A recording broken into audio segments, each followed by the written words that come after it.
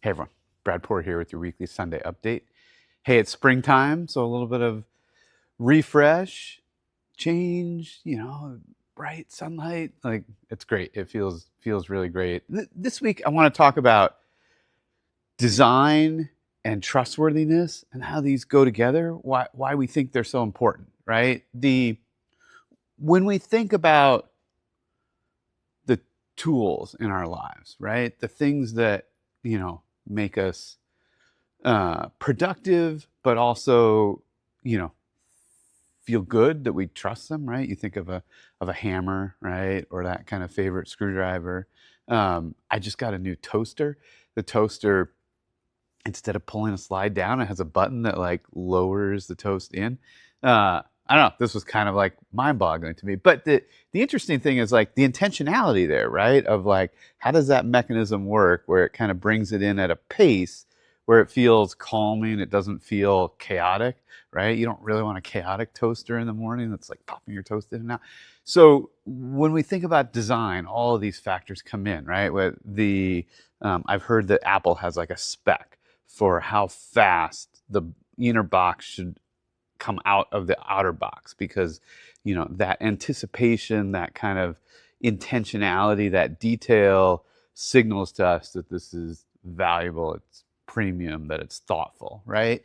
And so when we think about robots, uh, I think design's incredibly important, right? Yes, you want tools that are useful, right? You want robots that are useful, that are going to do, but you also want tools that you trust, right? And you want robots that you trust. And if you think about the great iconic brands, right? Ford, Harley Davidson, John Deere, right? These are iconic because we trust them, right? Because we trust not just the intentionality in the product and the design, but the support and service that goes behind it, the kind of continuity over time, the reliability, right? And all of these go into creating an iconic brand and in creating a durable company with a durable set of products, right? And so when we think about robots, we think a lot about trustworthiness in the design. And so this is our little kind of design studio lab area here. Um, the And I'll just show you some of the kind of intentionality we put to this. So, for instance, this mechanism. This is uh, our wheel housing, right? And it's a swerve drive architecture. The wheel pivots. So we faced a big choice, right? Do we reveal the wheels or do we shroud the wheels, right? If you shroud the wheels, you would think, okay, peaceful, calm, a little more trustworthy in that, like, you don't have this exposed spinning mechanism. It just kind of looks like it hovers on the ground. The problem, though, is that we're collaborative, we're interacting with other humans, right? And it turns out when go to cross a street, subconsciously maybe you peek at which way the wheels are turned on the car. As it Is it going to turn right or is it going to go straight, right? And if it's going to turn right, it might go right on red, and so you stay a little more cautious, right? And all of those little signals, right? Seeing which way the wheels move. We've debated whether we put any kind of little circles in the wheel, but because the little circles actually tell you how fast it's going, right? And that signal gives you a little bit of sense of, oh, it's getting going, it's starting to accelerate, right? And so these little cues build trust, and there's just a lot of subtlety. Now, we're obviously anthropomorphism, right, where you try to mimic things from nature. We don't. We're trying to build a trustworthy, useful, adaptable robot. It doesn't matter if it looks like it, but there are keys and cues that humans use. So I'll give another example. Like this is, today we build a robot that the primary thing we do today is we grab the horizontal handlebar of carts and we take carts to different places, right? Why did we pick this? We picked it because it was a great kind of wedge market where there's a lot of labor that just moves carts around. It's a fairly low value use of human capability. It's a tiring job to move a cart every day, particularly an up to 1,500-pound cart. Okay, so this is, a next generation cart gripping mechanism, right? And these clamps. So one choice we faced is, do we grip like this, kind of like crab claw like? Do we come on top? On top kind of signals as competence because like humans grab on top, or do we come under, face up? Well, it turns out hands up is a more trustworthy, more safe, more welcoming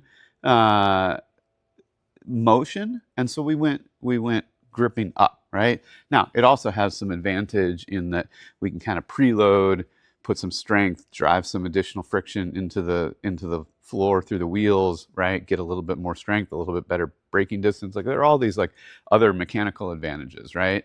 But that upward grip. But if you look at this,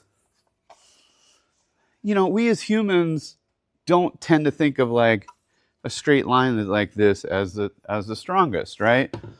We tend to think something like this might be stronger, right? And why, right? Well, because we as humans, we associate muscular and strength with kind of a V shape, with like stronger biceps, triceps, shoulders, right? And so when you put a little bit more mass to the area that might be shoulder, you create a little bit of that V-shaped taper. It signals to people that this is stronger, right? This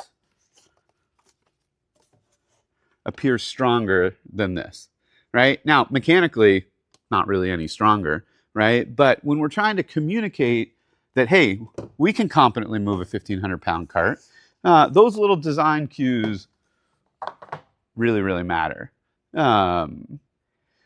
There's a lot more that goes into it. Intentionality in the eyes. There's even intentionality in kind of the sensor structure, the spine, how we move, how the batteries slot in.